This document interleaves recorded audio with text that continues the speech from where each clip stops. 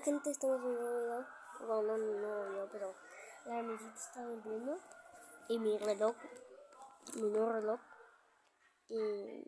este, va 2 horas adelantada.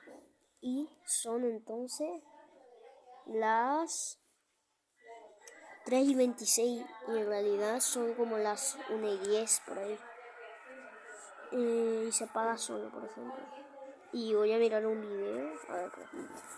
La 1:10 y yo voy al fútbol 1 hora y desde que me levanté ya está durmiendo y como ven estoy así. No quiero mostrar esto ni nada de eso, así que chao gentos.